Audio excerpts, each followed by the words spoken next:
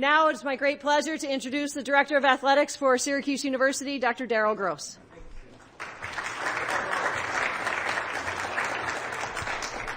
Thank you very much. This is a great day, and I'm glad everyone can join us here. You know, we just come off of a fantastic season here at Syracuse University football, and my good friend Doug Roberts should be here somewhere, but his dad, Dr. Fred Roberts, who was a great pediatrician in town, sent me a letter before he died, and he said, Syracuse football has been restored to its rightful place. And I think that was really summed up what's going on right now. And we are just so excited and thrilled that we can hand the torch to a man that is so deserving of being a head coach, someone who's committed his entire life to coaching, who followed in the footsteps of his dad, who brings enthusiasm, who brings wisdom, who brings experience, who brings engagement with student athlete, someone who believes in developing the total student athlete, someone who's given his life to seeing young men grow into productive, viable. When you look at our teams and you look at our defense, a man that his defense epitomizes his personality. If you watch the Pinstripe Bowl, I don't know the last time I saw 2 safeties in one game. Someone's got to tell me when that's happened. His players love him. They'll run through the wall for him. He's inspiring. The network that he's created over all these years is just so impressive. It's just amazing to hear the things that other coaches have said. You know, Coach Shafer is a coach to me that since he's been here, I look at him like he's a head coach. He's been running this defense, the way he carries himself, he's got it in him. He's got something special. And every once in a while, you get to run into someone that is really rare. And I've been fortunate to be in this business where I've run into some coaches that have had some tremendous success, and you knew ahead of time that they were going to be successful. And here we are getting ready to go into the ACC.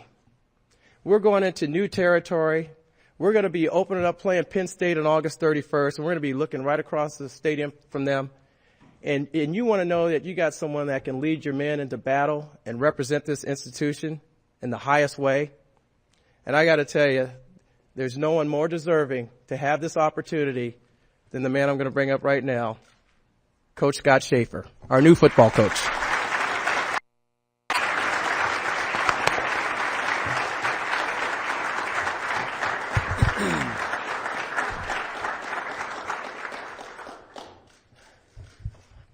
How's everybody doing today?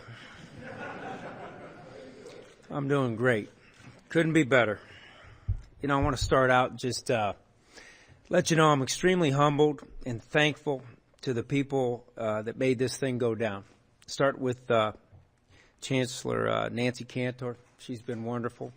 I've had the opportunity to get to know her better over the last few days, and I'm really looking forward to working for her and with her. Dr. Darryl Gross over here, who the same thing, you know, I'm the type of person that always felt like you do your job and everything else takes itself. And I didn't try to get to know a lot of people around here other than the guys that can have cause and effect on our victories, which were our players and our assistant coaches. But I've really enjoyed the process over the last few days, getting to know Dr. Gross, and I'm really enthusiastic about the opportunity that he's presented to me, and I can't thank you enough. I can't thank you enough. Richard Thompson, Chairman of the Board of Trustees. I'm looking forward to getting to know him better, and I'm looking forward to expanding our horizons with viewpoints across the board from those people that understand this university better than I. And I'd also like to thank Howie Fanstill for his ongoing support of me personally and the development and what we want to make one of the best teams in the nation, and that is a goal of ours. As I step back, I want to take a second and look back over the last 4 years and thank the man that that gave me the opportunity to come here, Doug Marrone, the man that built the foundation that we're going to get on top of and try to continue to grow as we work forward. And I appreciate the fact that Doug came in here along with a good group of staff and took us from the worst to the first. And he should be commended, and he has been, because he's in a position that I know he'll do great things up there at Buffalo. And being a head coach in the NFL is something I know he's aspired to do, and I think he's a perfect fit. Lastly, I'd like to thank my family, Missy, Wolfgang, and Elsa, who I love dearly and I can't talk about right now.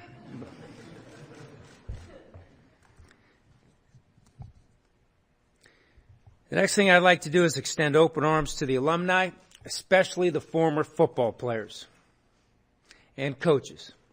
Coach Mack, I want to invite you guys to be active in our future and to help us, because you're the ones that have put the blood, the sweat, and tears, and you've bled orange for so many years, and this is your program. And I just look forward to taking some time as I reflect and go into this process that's in front of us, to respect those before me. And open arms, we got Floyd Little, who I extend an invitation for the former players to work through as we look forward and look for all the assistance we need to become great. With those things being said, what I did want to do today is talk to you a little bit about the approach, the core, if you will, of this program. To carry on the values of integrity, commitment, excellence, and teamwork, and put them to action with great attitude, effort, and enthusiasm. The pillars of this program. The thing we will talk about most on a daily basis is just that: attitude, effort, and enthusiasm. And I know I spoke to a lot of you folks in the press over the last few years about this, but it really is the core of my beliefs in how you develop young men. And we talk about controlling the controllables. And it's the most underrated thing going, in my opinion. And I could say it to each one of you just like I do with my children and just like I do with my players. When you get out of bed every morning, you have choices to make. And they're controllable choices. Regardless of what hand you've been dealt in life, you can pop out of bed and say, this is going to be my attitude today. And I'm going to put effort in because that's a choice I make. And it's followed up with a celebration of enthusiasm. And it's those three pillars that we will always point back to as we try to progress forward and making this community proud about the product we put on that football field.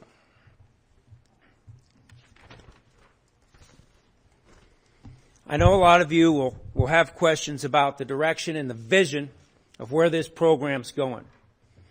So after some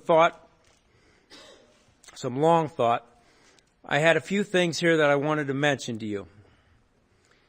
With regards to the vision of this program as I see it, number one, I envision a hard-nosed team that's from a hard-nosed town. And the thing I like about Syracuse, the city, is that the people that live here and embrace it are tough people. They're hard-nosed people that work their ass off, and they expect a hard-nosed football team. And in my opinion, it's our job to put a product on the field that the community can say, that is us. That is our team. They're physical, and they're going to get after you when you come to the Dome. I envision a team with integrity and academic excellence. If there's one thing I'm most proud of, is the fact that we dominated the Big East off the field academically.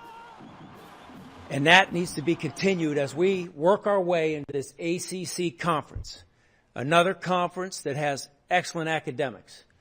And our goal is not only to dominate on the football field, but also to dominate in the classroom, like our kids have done these last 4 years. I envision an offense with a lot of juice, a lot of orange juice.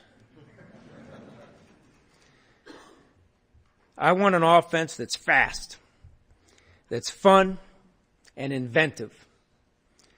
I think Coach Hackett did a great job putting that on display, especially the last 3 quarters of this season.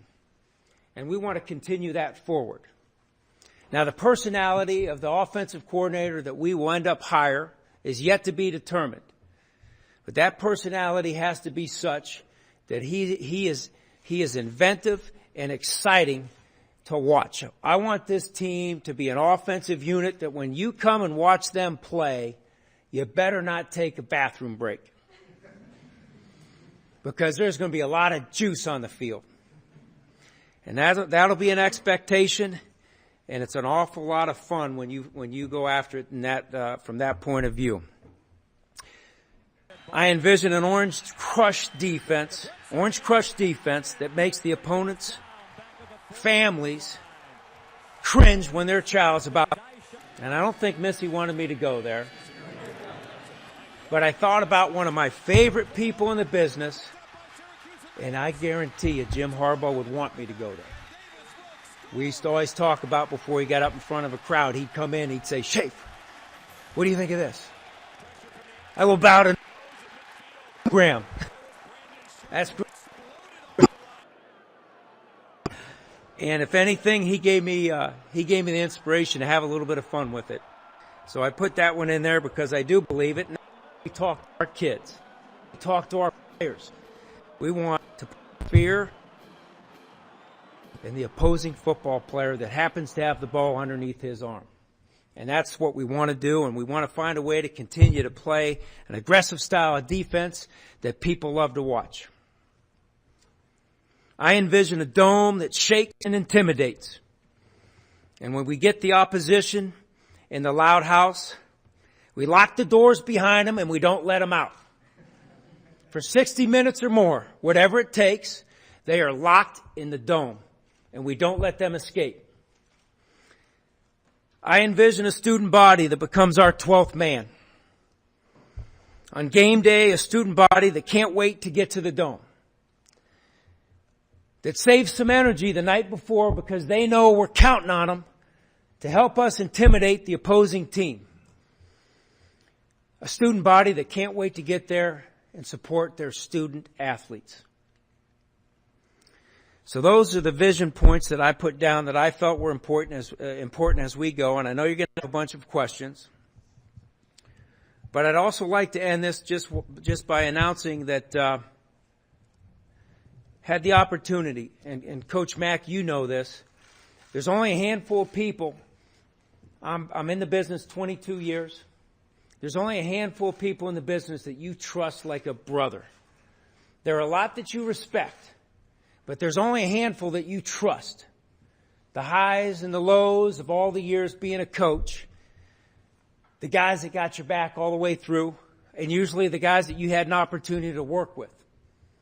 And one of my dearest friends, who is also somebody I idolize as a coach, has accepted to come here and take the title of defensive coordinator under me. His name's Chuck Bulla, and we just got confirmation that we could announce that to you, and you'll have a lot of questions, and I can already see some of you guys are Googling it. He's a hard-nosed guy. He went to high school just outside of Buffalo. He's been in the NFL as a player and a coach. He coached my linebackers at Western Michigan. We took a program that had one win the first season, and we moved or the season prior to our hiring under Bill Cubitt. He helped us take a defense and a team from winning one game against a 1AA team at the time, and turning around and winning 8 and having one of the biggest turnarounds in college football. I trust him like a brother. He's run the same scheme, and we have a mutual respect for one another, and I'm sure you'll have a lot of questions about him. But anyway, with all those things, I appreciate your time, and I look forward to answering your questions. Good. Thank you very much.